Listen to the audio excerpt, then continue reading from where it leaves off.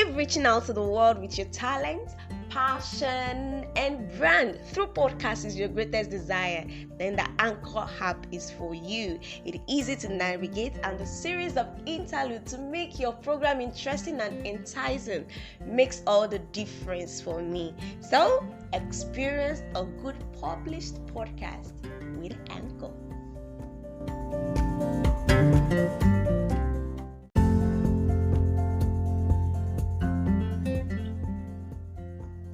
Okay, it's another episode of Victor and Not Victim podcast.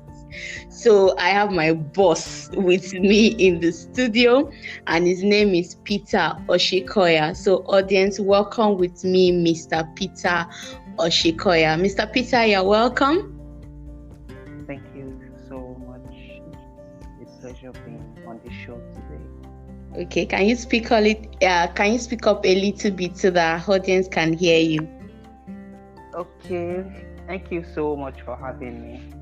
Okay, it's such a pleasure to have you here with me recording live together. Okay, so let me quickly introduce you to our audience. Mr. Peter Osikoya is a trained and certified genetic counselor. I'm not joking when I said he's my boss. He is my boss, and a sickle cell advocate and educator. Mr. Peter holds a BSc in accounting and a certification in digital marketing. He has been learning about sickle cell for over 11 years now. He's been a volunteer with the Sickle Cell NGO for over 9 years. Wow. Peter is the social media coordinator, administrative coordinator at Sickle Cell Advocacy and Management Initiative. I know SAMI, an organization which caters for the needs of people living with sickle cell and their families through advocacy, awareness, education, medical and psychosocial support. He was formerly a PRO on 2 sickle cell platforms. Wow. Peter loves learning to improve his knowledge capabilities, teach and improve others to becoming the best version of themselves. He loves to help persons living with sickle cell, and he knows and understands that there is life outside being a sickle cell person. His favorite quote, which I love so much, his favorite quotes are, "You are not your genotype," which is the topic of today's podcast. You are not, I've heard him say it again and again, and I just fell in love with that quote. You are not your genotype. You can live a healthy and optimal life despite living with sickle cell. So I'm excited. You're welcome once again, Mr. Peter Osikoya. Thank you so much, Madam Olufunmi and Joy. My boss, my God, the top. You reading my profile as if I want professor like that. I'm catching so much fun recording with you. I mean, it's so much fun. He's a pleasant person. So let's not get carried away. Let's get right into it. So, sir, you're welcome to the show once again. So let's do genetic counseling. I don't even know anything. I'm acting like I don't know a thing now about genetic counseling. Please tell us. I mean, we know the data. These things is not even the accurate thing, I believe. We don't have enough data, this country. We don't have, the accurate data, if I could really say that. So, but what we have now is that yearly, globally, about 300,000 babies are born with sickle cell globally. And our country is part of those countries topping the list. So tell us, how do we, before we even bring it home, globally, what do we do? How do we, raise this awareness again and again? What do we say differently that can make people hear us that this thing has to be brought down? In summary, how do we flatten the curve of sickle cell data globally first? Okay, yes, flattening the line and also reducing the occurrence of having children with sickle cell across the world. It will still have to revolve around education. Okay. Education comes first. We need to redefine education. Now, education in this sense, I mean how we do advocacy, how we create awareness. Now, yes, we have a whole lot of organizations doing awareness, but the truth is we haven't gotten to the people who need to hear these things. Globally, yes, we still have people who till date don't know what they call genotype. They don't know what they call blood. You are very right. Okay. So until we start to go to all those rural areas where these people don't know anything and tell them, come, this is your genotype. This is what genotype means. You define genotype for them in their own terms. Now, if you are capable of organizing a free genotype test for them, yes, do well to go ahead. Do for as many as you can. Get them to know their genotypes and ring a bell of why it is important not to forget your genotype. So I went to get my eyeglass to give my eye clinic some days ago, and I was talking with the receptionist, like, so what's your genotype? She was like, I don't remember. And I'm like, come, what? You don't remember what? You don't remember what? You don't remember your genotype at maybe, let's say, in our late 20s or early 30s. Wow. Now these are people that you meet one-on-one and they say they don't know. You just have to tell them, okay, this is why you need to know your genotype and all of that. So it's important that we redefine education, go to higher education to the people that need it, not people who have heard it over and over again. We need to go to people who have not heard it before. So we need to go deep into the rural areas to get to tell them. There are places in the US that don't. Now, globally, it's not really affecting all the countries, but the few countries that we have that we know it's affecting them, the advocacy needs to improve. Basically, we need to get connected to those people who don't know anything about it. So, and education. So I talked about diagnosis in the middle, which is getting them to know their genotype, organizing a free genotype for them. So for that, to reduce that, we just need education first, then diagnosis secondly. Education first, then diagnosis on the second level. I mean, this is something. I have my pen with me here. You are really speaking my mind. I was in a discussion with a friend of mine who was part of the research in my sphere of influence currently at University College Hospital, and she came back to me and was like, Fumi, you haven't started anything about sickle cell awareness. I'm like, wow, what's happening? She's like, all the people that really need to hear this thing, they've not heard it. And you are very right. You just spoke my mind. She said she was asking them, I think the research is something around sickle cell. So they are not to educate. They just wanted to know, what do people know? So they were asking, what do you know about children having sickle cell? And we hear people, and she said, I heard people saying things like, no, they are habitual, like, and they used to use such children to just collect money from their parents, like it's a family thing, like it's a metaphorical something like a warfare kind of thing, like it's nothing medical. That such children that comes with sickle cell, they just want to use it to just explore their parents spiritually and just disturb the parent. I'm like, what? So this is what people think sickle cell is. So you are really very, very right. We still have states in Nigeria that still have that notion. So I have a friend who is in a Yoruba state, basically on those states, and she runs an NGO there too. Now she encounters people, and they say she meets people who still see sickle cell as abiku or youth. They still see sickle cell as agbanoni.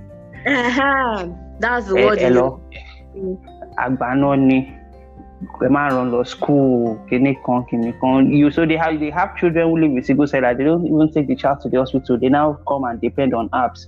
So when the child is now at a very bad stage, that's when they remember to go to the hospital. They'll say sickle cell that killed the child. Wow. Which is wrong. It is not sickle cell that killed that child. It was your ignorance and stupidity that killed the child. Yes. So you don't say because a child dies, you now blame it on sickle cell. No.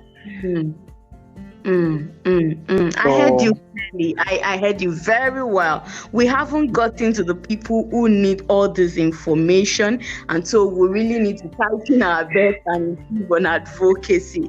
I heard that. So on my table, recently. My next question, as a genetic counselor now, this is me in front of you, and you really have to offer the service.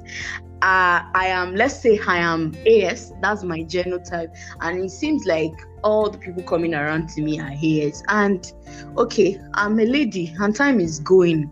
I just don't understand. I just don't understand all this genotype compatibility. Please don't be biased. You're a counselor. Stop being this. You have to come. I'll be serious with me as a counselor. So I'm here. It's a matter that is really bothering me. And all the suitors coming around are just AS everywhere. And it seems like at the time the clock is ticking, and I just can't wait anymore. When do I know that the next AA is going to happen? This is really serious. These are matters in the heart of people. So what will you advise me as a genetic counselor? Can I go ahead? I mean, how bad is it? What are my options here? Okay, so you're an AS woman, and your time has gone. I know audience are going to listen to this thing. You just have to be serious. Yes. So I need to correct. Okay, so I need to correct. I'll first correct the notion. Now, yes, we say AS and AS. Some people say AS and AS shouldn't get married because of the risk of having children living with sickle cell. Yes, agreed. Now, there's the factor of putting that back. We need to first erase the fact that marriage has nothing to do with age. Until we come to that standpoint where your parents are not going to be in that marriage with you. They should not force you to get married, because if you marry wrong, your parents will suffer it. You will suffer it. So we try to correct the of time is going. That aside. Now it comes to love.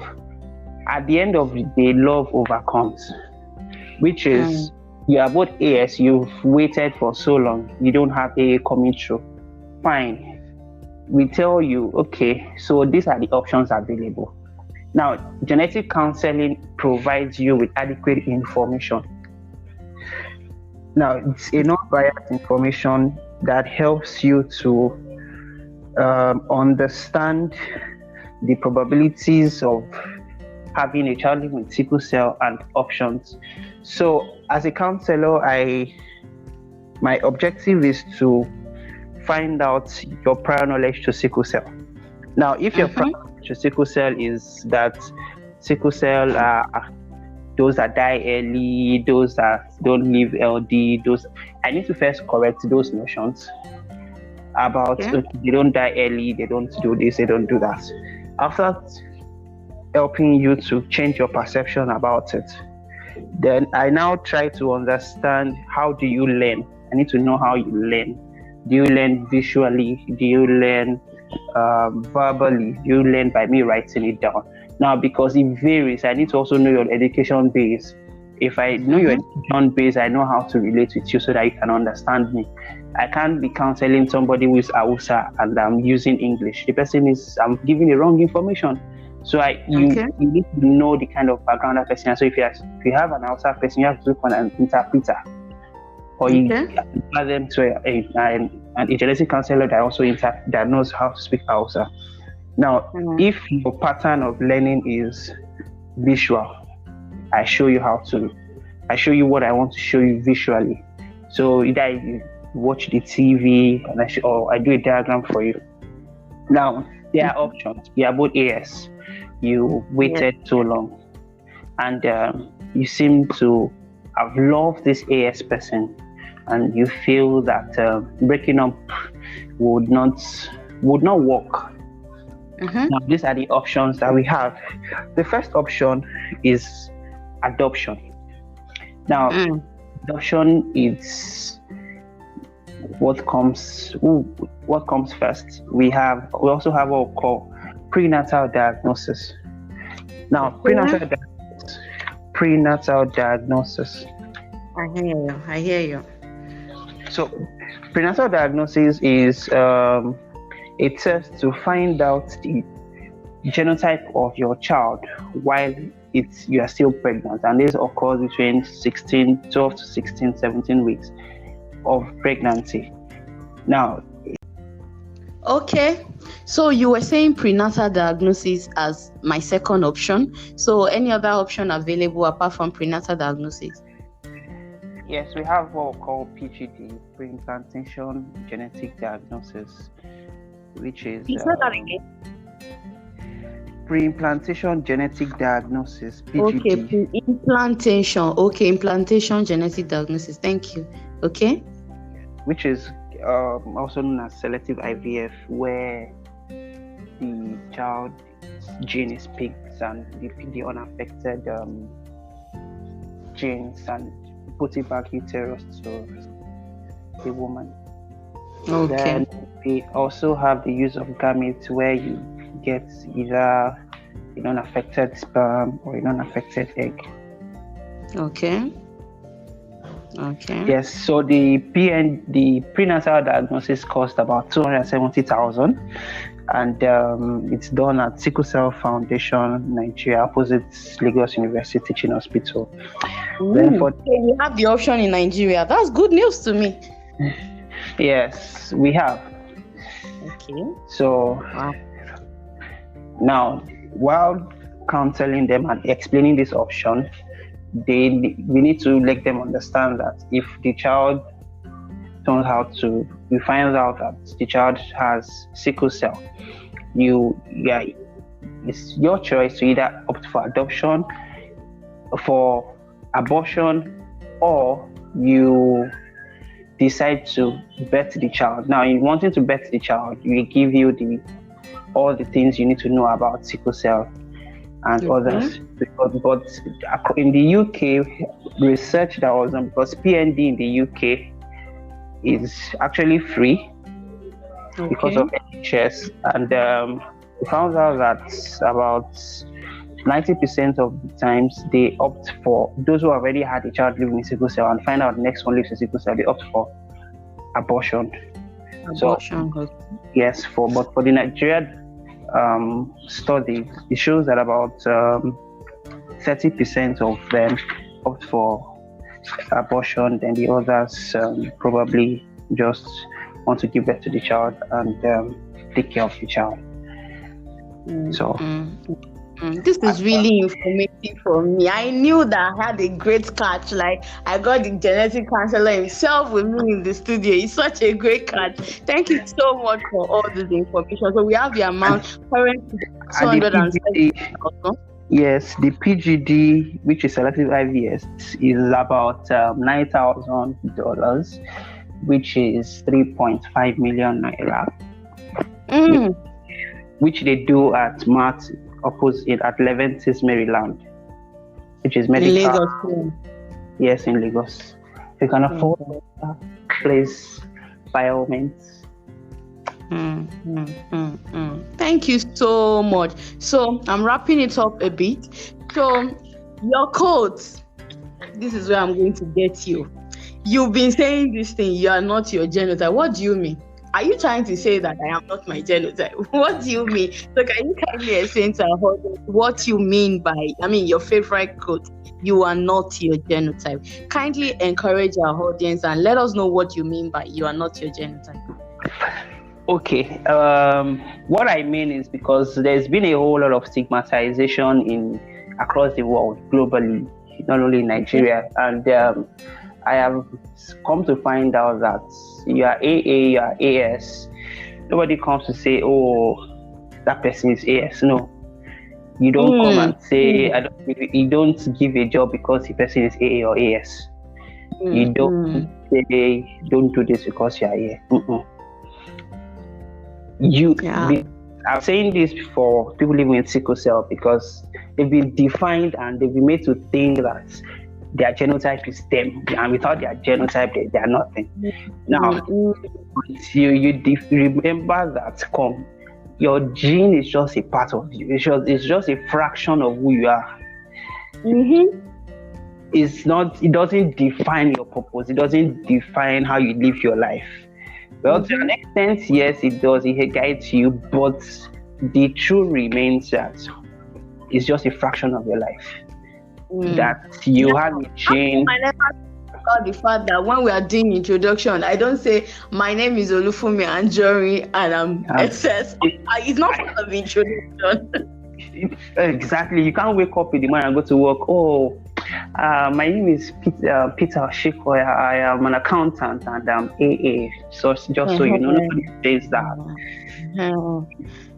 Why do you now start defining people by disorder? It's very wrong. So for you out there who lives with sickle cell, be it your parents saying you are this, you are that, remember that you are not your genotype. You doesn't define who you are. It doesn't define your purpose. It doesn't define your value.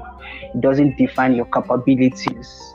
It doesn't define how you live your life. It doesn't define how you impact other people. It is important to know that I live with sickle cell and I'm okay. I am like every other person. You are first human before your genotype. Yes. That's my take home. You are first human before your genotype. Thank you so much, Peter. I've had so much fun. I knew it was going to be fun. Thank you so much. So kindly give us your contact. I know my audience. I just don't know them. I know them so well. They are going to have one question or the other they want to ask you about all the details you gave us about our option of adoption. So in case they want to contact you on a personal basis and take it out of the you may want to give us a flexible contact of yours that they can reach you on, if you don't mind. Okay, they can reach me on 081 700 81613, which is my WhatsApp line and direct line. Or if you want to check out my work, you can check my pages across all social media and those Sickle Cell Matters. At Sickle Cell Matters. Thank you so much. I'm grateful. It's such an honor to have you here. Thank you so much, Mr. Peter, for your time. It's been amazing having to be on your show too. At least I made it to Victor and not Victim. Also, when I say, wow, thank God, I made it international podcast. I am coming. Stop the sarcasm already. Thank you so much. All right. Thank you so much for having me. It was a great pleasure speaking with you today. All right. Audience, thank you so much for taking your time to listen. Till you hear from me again, Olufunmi Anjorin is my name, and I'm your host on Victor and Not Victim. Take care. Bye-bye.